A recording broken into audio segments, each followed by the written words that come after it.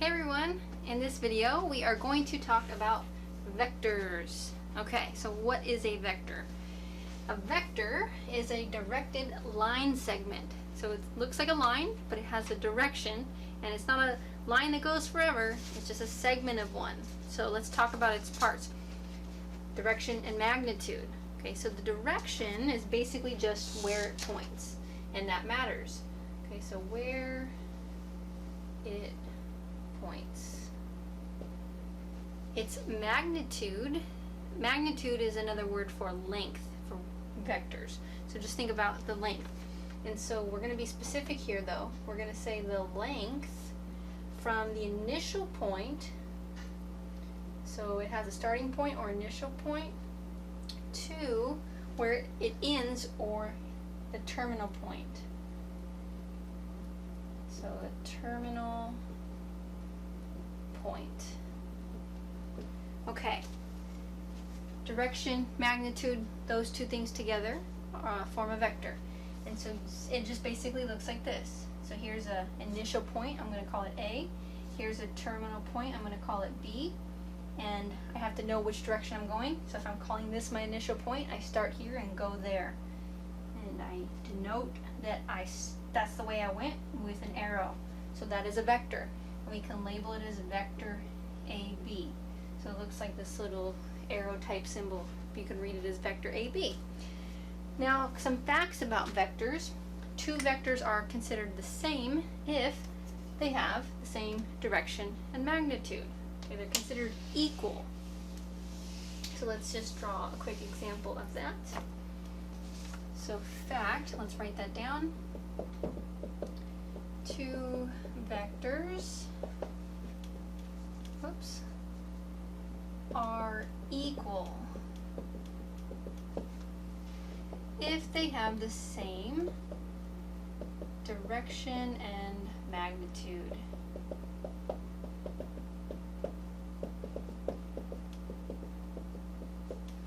Alright, magnitude. Okay, so I'm going to draw my best version of this. Let's say I have this vector here. I'm going to say it starts at C and ends at D. So I will call that CD, vector CD. So I'm going to try to, in another place in space, draw a vector that points the same way and is the same length.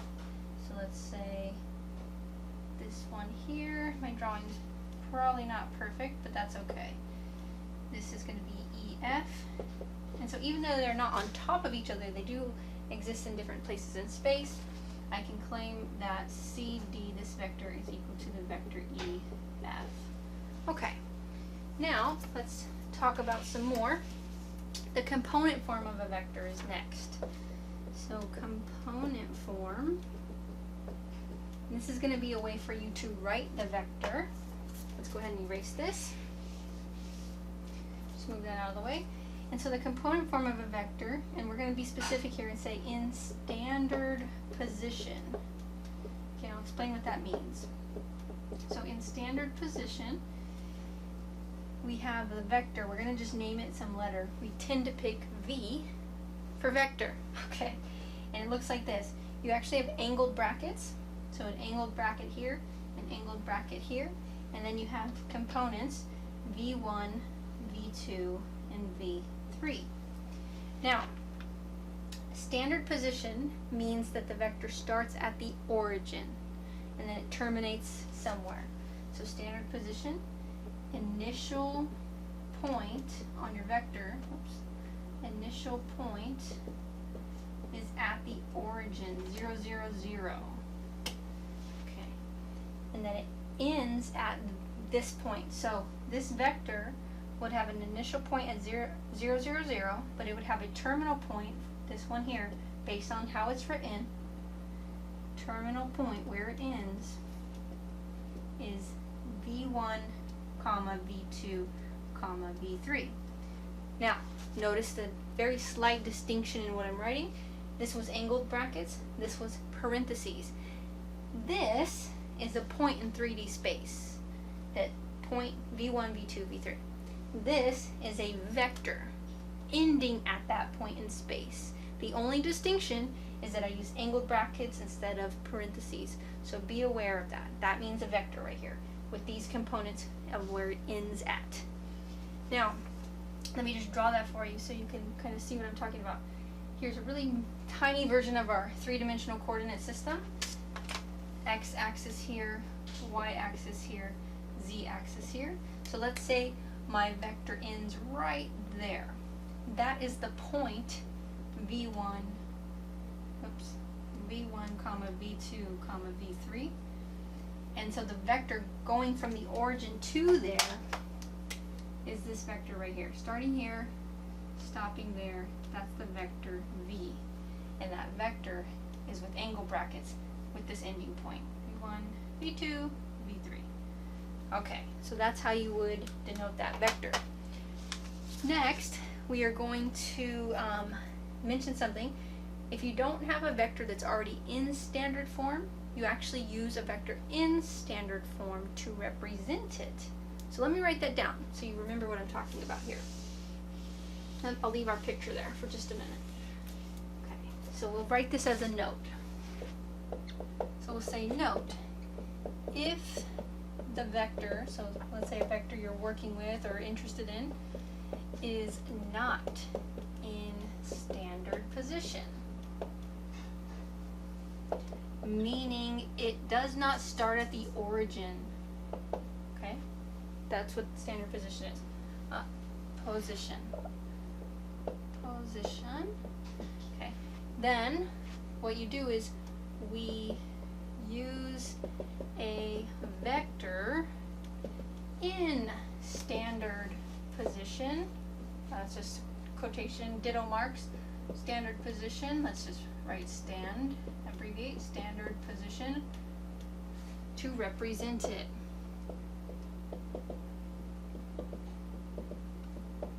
Alright, so how do we find that representative vector of our vector we're actually working with? Well, here's how. So let me draw you a picture and we'll find its standard or its representation in standard form or standard position. Okay, so here's our coordinate system again. Let's pick a random vector out here in space. So not in standard position. I have some initial point somewhere else. Let's say right there.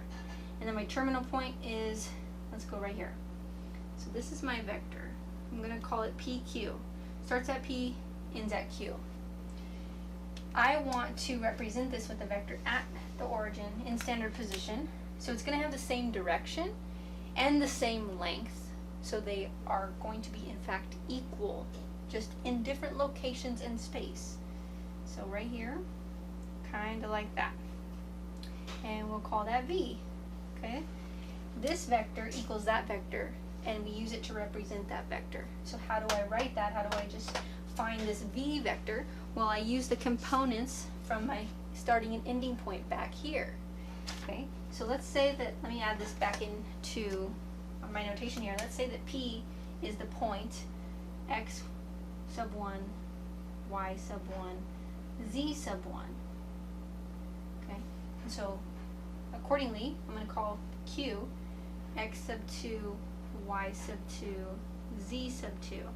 We don't need this picture anymore. Let's get that out of there. So if I know these points in space where my vector starts and ends, then I can easily use those to get this representative standard position vector. Here's how I find it.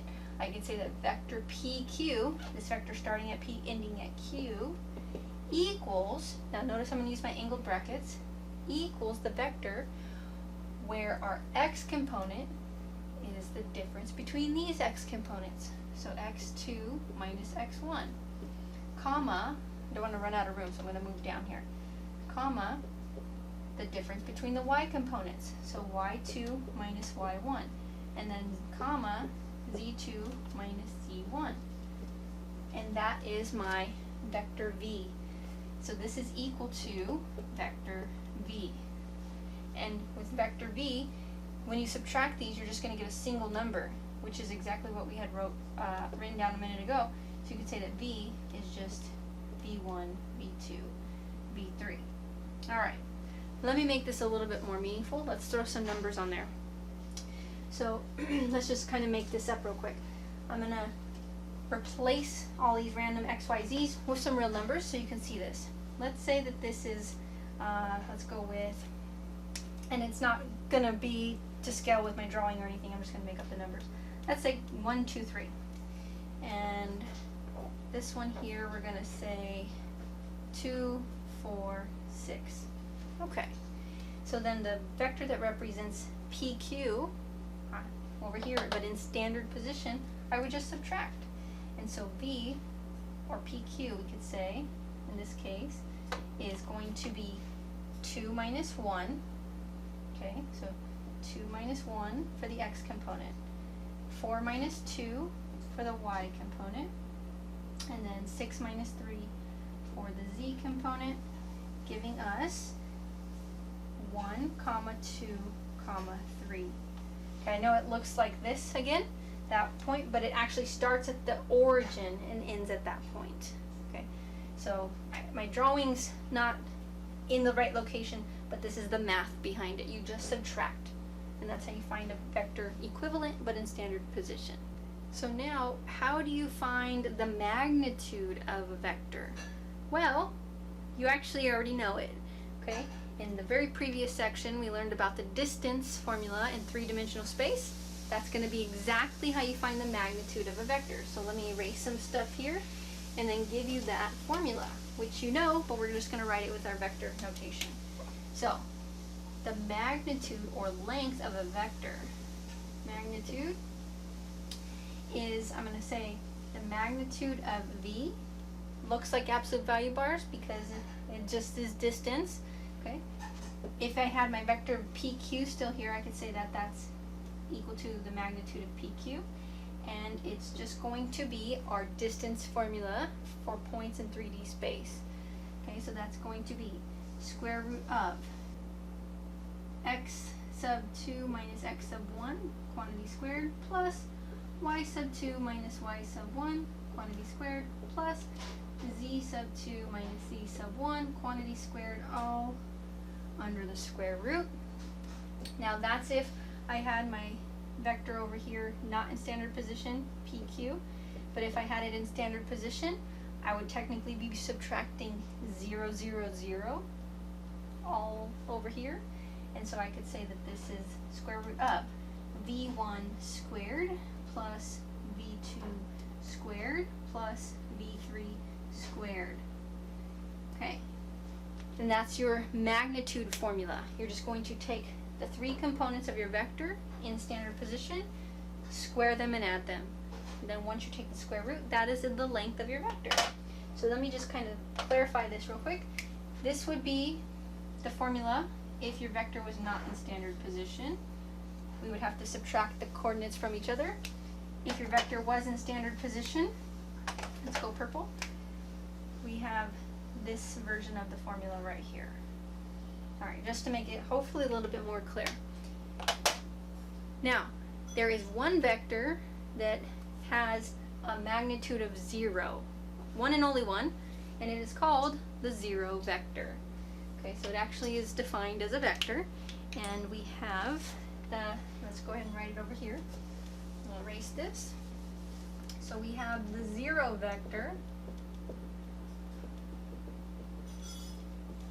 and it has no specific direction and magnitude 0. So no specific direction and magnitude equals 0, and you can denote it as the 0 vector, just like that. So this is still technically a vector. Alright, so the next thing I actually want to tell you about is another way to represent the vectors that might be useful in an application type problem. Sometimes you are dealing with angles and magnitudes, so let me explain with what I'm going to say here. Let's go ahead and get rid of all this.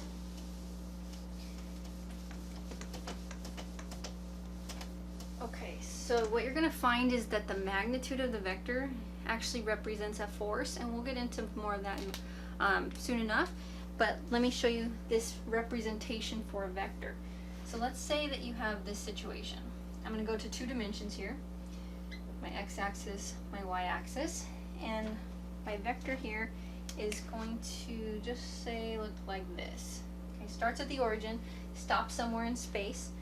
Now I'm going to call that stopping point a comma b, and so this vector here, I can represent it as the vector angled bracket a comma b, close angle bracket. This point in space where it ends is the point parenthesis a comma b. Right, so there's my vector in space. Now let's say that, let's actually name this vector. We're going to name this vector f. Okay. Let's say I know something else. Maybe I know right here this angle formed with this vector and the positive x-axis. Now, just that alone, knowing this angle, I can rewrite this vector using its magnitude and this angle. And this goes back to trig. So when you remembered your trig functions or learn them, this is going to come in right here. So let's say right there is my a value. Right here looks like my b value. And think about it. We're going to use trig. See if you can come up with it. There's really a triangle going on here, and it is a right triangle. Okay, so how can I represent this vector, which I was calling a comma b, but not use a and b? Instead, I'm going to use the angle and the length of this vector, which if I'm calling this vector f, the length of it is its magnitude. Okay, so this is the magnitude of my vector f. There's its angle. And so from trig, think about it, cosine and sine. Okay, those are the two you're going to use. So over here, if I want to know about this component, which I was calling b, sine. Hopefully you're thinking opposite sine. So I'm going to walk you through it. Sine of theta would be this opposite side, which is b, over the hypotenuse, which is magnitude of f. Okay, we're going to rewrite this in just a second. This side here, cosine. So cosine of our angle theta would be the adjacent side, which is a, over the hypotenuse, which is magnitude f. Alright, now if I solve for a and b, look what I'm going to get.